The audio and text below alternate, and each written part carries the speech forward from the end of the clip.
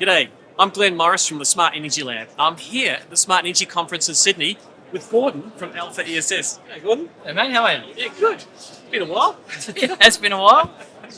We're all back. It's a busy enough show. You know, AlphaESS is kind of one of the old kids on the block now. Been around a long time. Weird, isn't it? Yeah. I remember when it was new.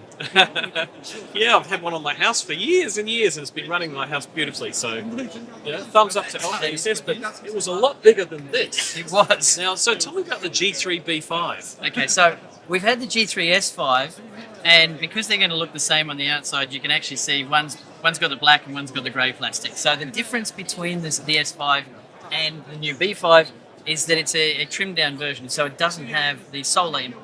So it's an AC coupled versus the other one, which is a hybrid. Okay. So you've still got the same form factor, exactly right, that same compact, you've still got the same 5 kilowatt inverter, 10.1 kilowatt hour battery, and you can stack up to 6 of them. That's 10.1. That's 10.1. That's pretty compact. You can feel it when you lift it, but when it's on the ground, it's nice. The only thing about anything when it's on the ground, you've got your heavy batteries, is the aesthetics of putting it in. You know, you see people stack them and chock them on bricks. Doesn't happen in Victoria, but it happens everywhere else, right?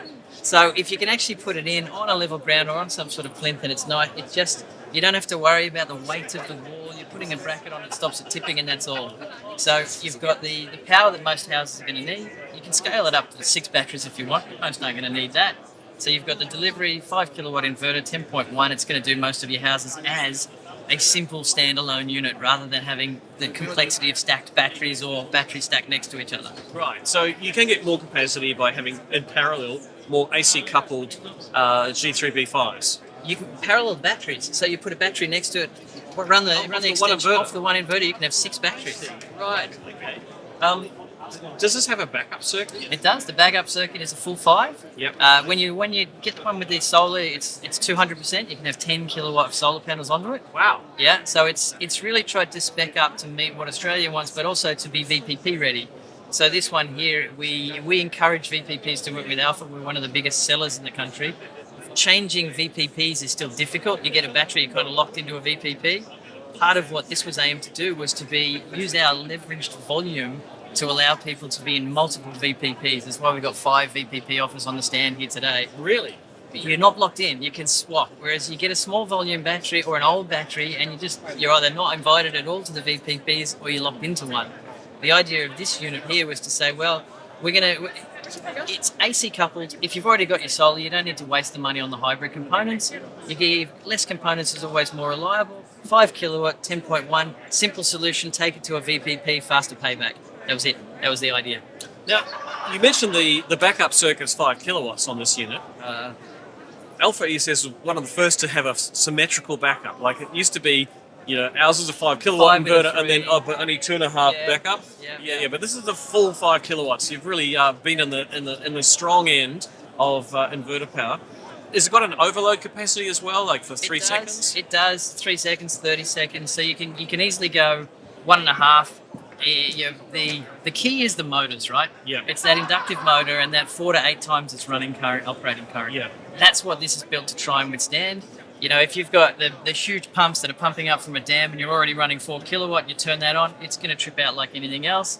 The key here is to have that overload to allow for that initial, and then that little bit longer to allow for the motor to come down, but for also, if somebody's turning the microwave on for a few seconds, it's not going to then make it trip if it goes over a little bit for that 30 seconds. So they generally work on that 3 second, 30 second window, which is becoming pretty standard.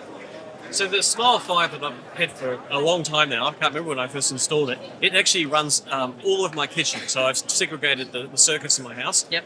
The kitchen is the nightmare load in a home. So, there's a microwave oven, there's a coffee making machine, there's a dishwasher, there's a kettle, there's a A Nutrimetic, a Bullet, a blender, all You got that, it. a little That's coffee right. machine. Yeah, And yeah. I thought I'd just give it a run for its money and see if I turned off the grid supply to it and see what Turn I on could run. everything. Well, it turns out I can because you can't keep everything on. Like you turn on the dishwasher and it's just filling up with water. You turn on the toaster and 2 minutes later the toaster's popped out. You turn on the Your water microwave boils. oven, Yeah, yeah. So it actually ran all of the stuff in the kitchen. Yeah. Because I couldn't turn it on fast enough. And if you've got a 16 amp MCB on there, Yeah. and you try and put everything on your kitchen anyway, if you're on one circuit, you're going to wind up tripping that too. Yeah. The key with most kitchens, right, is that you need the fridge freezer. Yeah. And people seem to have forgotten. I don't know. When I grew up, Mum would always, when we went away, you'd always get the glass, put the ice cubes in it, put it in the freezer. And when we come back, the first thing she'd do is open the freezer. If that had melted and refrozen, you threw your meat away. If it was still ice cubes, you knew it was all good. It's a really clever trick. I've never thought of that one. So people don't tend to do that anymore. So you're worrying about this backup. Yeah. You want to make sure you've got the backup. You've got to have that capacity. The kitchen is the key. I also love to try and promote people putting the modems on there because then you can still see it, right? Yeah, you can yeah, still yeah. manage it. You can, Now that's a good segue to monitoring. So, are you still using the same monitoring platform? we are. It's evolved. It's evolving, but it's also going to get a rebuild. Yep.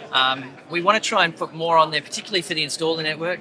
So 3-phase CTs, I want you to be able to see the power, the current, so that we can tell you if you've got cross CTs. So there's going to be hopefully a bit of an evolution over the next 15 months that'll take us from, we're in the industry and we've got something that you can put it into something where you go, wow, this is really helping me as an installer. I actually like the original version myself. It had dark mode before anyone else did. I like dark mode. So, well, I don't know. I'm not usually putting too many in at that time of night, though. But yes, the blaring of the white, to be able to get rid of that. Yeah. Okay, so it's got a heat sink at the back here and some vents. Is this suitable for outdoor installations? It is. So you've got your IP65. You can put it wherever you want, as long as it's within AS 5139. So it's not going to have a problem outside. It's not going to have a problem inside. There's not too much heat build up. I mean, it gets warm. Obviously, it's an inverter. It hasn't got the fan. It's using the natural cooling, so you're going to get it hot on the top. But as long as you've got your clearances around it, you're going to be fine, and you don't have to worry about where you can and can't put this one. I mean, I remember growing up in the Sonnen days, and we were calling out and crying out for an IP65 rated cabinet enclosure. Other countries just don't tend to stick them on the side of a house in a 45-degree nation. They think we'll put them in a much nicer environment. In the basement. I've heard Oh, that one. and your loft. Yeah. Right. In the UK, it's not. I wouldn't want to try and lift that battery up a loft ladder. Who has a basement in Australia? Not many people. So yeah. And if you do, you've got your wine in it, right? Now, just from a display point of view, so this is the usual AlphaESS display, big text, easy to read. Look, that's actually evolving. So the one around the corner here, the original hybrid unit when it came out, we had a display that had codes and images. They've gone to the LCD because it's easier for people to understand, but we will, as the information, the ability to communicate that in the app becomes better to the end user and the installer, I imagine that you'll go back to the simple symbols and the error codes. Can we select things like work mode directly from the screen? You can even reverse CTs if you're an installer and you get in there. So you can do a lot. Can we Slack? Yeah, but usually that's our job to pick it, right? Again, a good install app's going to tell you before you leave site that you've done that. Yeah. So yes, you can do that here, but the move to having that on an app rather than on a component, more components means more chance of a fail rate, right? It also means that if somebody sticks this in the sun or they do something to it and they can't see it clearly anymore, it's easier on the app. So I imagine it's going to move towards that. But right now, yep, they've all got the LCD screen so you can go and see. Particularly important if you haven't done these before, right? Yeah. Cool. Well, you've really covered everything. I didn't realise you did 5 VPP solutions, so that's a bit of a game changer. But yeah, that's really the retailers are looking for the batteries that they can get a lot of, right? Yeah. Especially if you're planning on going into FCAS, which is a whole other video that I guess you'll be talking about and doing at some stage. But to get that megawatt, you really need a high volume of batteries quickly. And to do that, you've got to try and get that within New South Wales or within Victoria, around about 350 before you can do that offering. So the VPPs are looking for batteries that already have some volume in the market. And that's why you might get 5 with somebody like us. If you've got a small volume, you might only have 1 offering. It's not quite consumer friendly yet. It'll get there, but in the meantime, having more just gives you more choice. More choice, more competition usually means more money back in your pocket as a consumer, right? A monopoly never led to a good result for you and me. Yeah, indeed. Well, thanks very much, Gordon. Well, you're welcome. Okay. Cheers, pleasure. Yeah, see ya. See you next time. Hello again. Gordon, what is this? This is it's called the G2 S5 and B5. Same sort of thing here with our normal indecipherable codes. If you've got an S, it's got the solar inputs. If you've got the B, it's just the AC coupled. So you've got an AC coupled or you've got a hybrid unit. But it's the evolution of our generation 2s, which started life as a 3 kilowatt hour, then went 5 kilowatt hour, and now it's 5 kilowatt hour. Wow, so that's a 5 kilowatt inverter and a 5 kilowatt hour battery. It is. In a relatively small box. As small as it can basically get. Yeah. And although it's heavy, you might need 2 blokes to get this onto the wall. It actually looks like 2 things. It's one. So it comes in one box, take it out, put it on the And wall. it's got my favourite feature. I love these too. Yeah. Yeah. You can clearly see what your state of charge is, and you've got aero lights built into it. So it's So that it was way. really interesting that you used something like a bar graph to show both state of charge but also fault conditions. Yeah. Because I remember one day when my unit wasn't working so well, it had a bottom bar graph was missing and there were just 2 lights above it. And you think, I ring has the light failed? Or I ring support and they say, oh, you've tripped the internal breakers. Oh, okay. That's it. Overloaded it. It's nice. It's nice when you know what it means, right? But that's Yeah. what we're here for. The installers, they'll be able to get things like that on their app or in the instruction manual. But for the end user, you can get that where you just think, has the light failed? Is it a little bulb? No, it's there for a reason. And in fact, around the outside, it would also pulse, showing that it was charging or discharging. So, Yeah. Or if there's a problem, it'll pulse red. It'll Red. tell you there's an error condition. Yeah, that's right. Yeah. So would you describe this as your sort of starter pack? It is. It is. So it's the simple install. It's the simple price. It hasn't got the whiz bang VPP ready capabilities of some of the other ones. It hasn't got the capacity at starting. You can, of course, add up to 5 more. Well, that's So my you next can- question. You can add more storage. You can. So, and they just basically lob underneath it. So if it's on the wall, the beauty of this one is wall mount.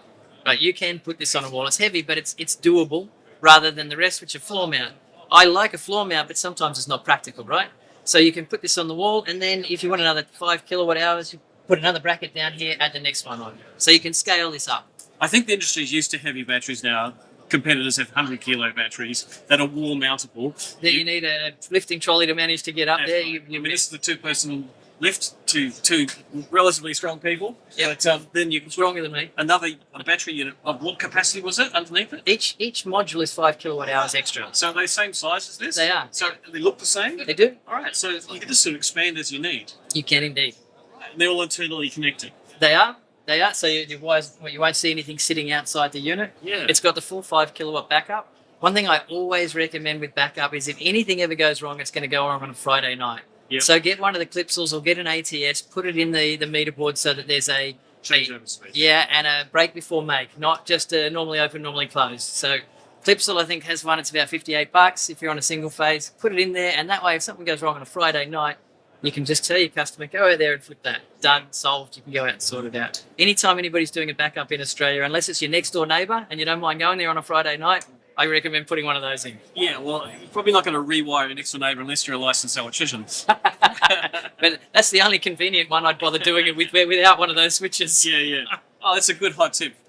Well, thanks, Gordon, for showing us the Smile G2 S5/B5. Mouthfuls. Thanks. Hey yo.